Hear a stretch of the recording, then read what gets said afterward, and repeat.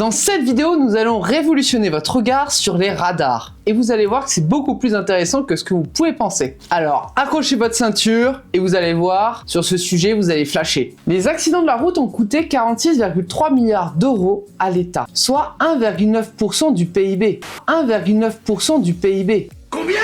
Ça, c'était pour avoir un ordre de grandeur. Mais ce qu'il faut bien se rendre compte, c'est que l'argent obtenu sur les contraventions dues au radar, elle n'est même pas suffisante pour couvrir ce que l'État investit pour la sécurité routière. Mais ce qui est fait de cet argent est sujet à beaucoup de débats. Peut-être que vous avez déjà eu une contravention et vous êtes dit que ça permettait d'enrichir l'État. Je viens d'en choper une.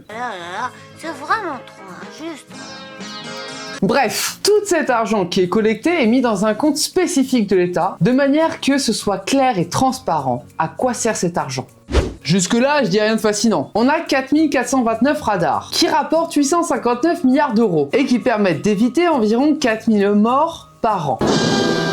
Autrement dit, chaque radar y sauve une vie par an. Ou autrement dit, on a remplacé un mort annuel par 200 000 euros de contraventions payées par les citoyens. En gros, faut-il mieux qu'on paye 200 000 euros de contraventions ou d'avoir un mort annuel en plus? Je crois que la question est vite répondue. D'ailleurs oui, elle est vite répondue, car on estime, anecdote, qu'une vie humaine c'est 3 millions d'euros. Et c'est l'État lui-même qui l'estime. À chaque fois qu'il fait une infrastructure, par exemple, de prévention contre les accidents de la route, il va estimer le nombre de personnes qui pense sauver avec cette mesure, et en sachant qu'une vie c'est 3 millions d'euros, il sait ce qu'il peut investir dans l'infrastructure. Oui, c'est étrange sur le point de vue éthique.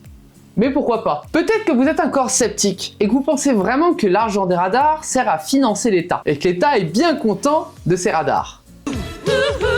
Pour en être convaincu, il faut étudier l'emplacement de ces radars. Et vous allez voir que là aussi, rien n'est fait au hasard. Si on arrive à savoir si ces radars sont surtout implantés dans des zones où ils sont les plus rentables, on pourra dire que ces radars ont vraiment un but d'enrichir l'État.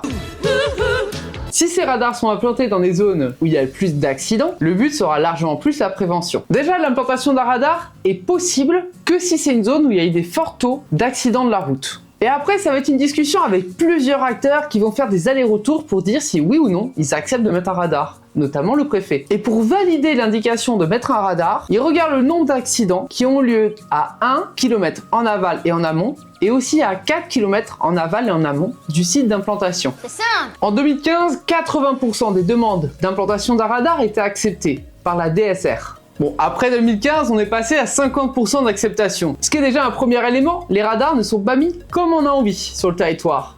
Il y a un vrai sujet et des vraies questions. Et le déplacement des radars n'est autorisé que si c'est pour l'implanter dans une zone où il y a encore plus d'accidents estimés que dans la zone où lui il était. Après, c'est pas pour autant que la question économique n'est pas étudiée.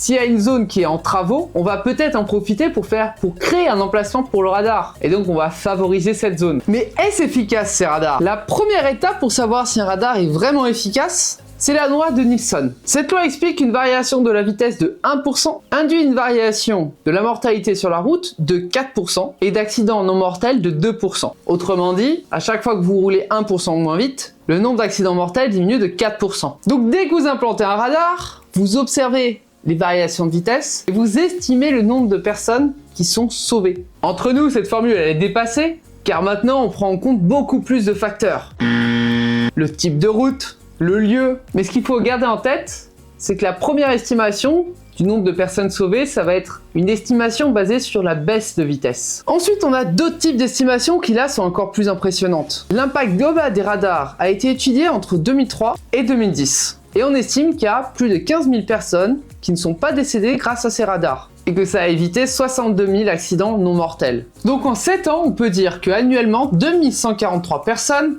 sont sauvées en moyenne par les radars. En début de vidéo, je vous avais parlé qu'annuellement, les radars permettaient de sauver 4000 personnes. Et là, on serait plutôt dans les 2000. Parce que l'étude a essayé de regarder seulement l'impact des radars, en sachant qu'on a une amélioration des véhicules, de la voirie. Moi, quand je vous ai sorti les 4000, j'ai juste regardé la baisse qui ont suivi l'année d'instauration des radars. Mais effectivement, les véhicules aussi se sont améliorés. Cette baisse n'est pas seulement due au radar. Donc vous pouvez quand même considérer que grâce au radar, annuellement, on évite 2000 ou 3000 morts par an. Donc un radar, une vie sauvée, ça reste vrai. Voilà, c'était la première partie de la vidéo sur les radars. Je trouve que de voir les radars comme ça, ça permet de voir autrement. Dans la deuxième partie, d'une autre vidéo, nous verrons les enjeux socio-économiques et sur le plan idéologique, ce que signifie d'avoir ou non des radars sur la route. À la prochaine vidéo et n'hésitez pas à vous abonner.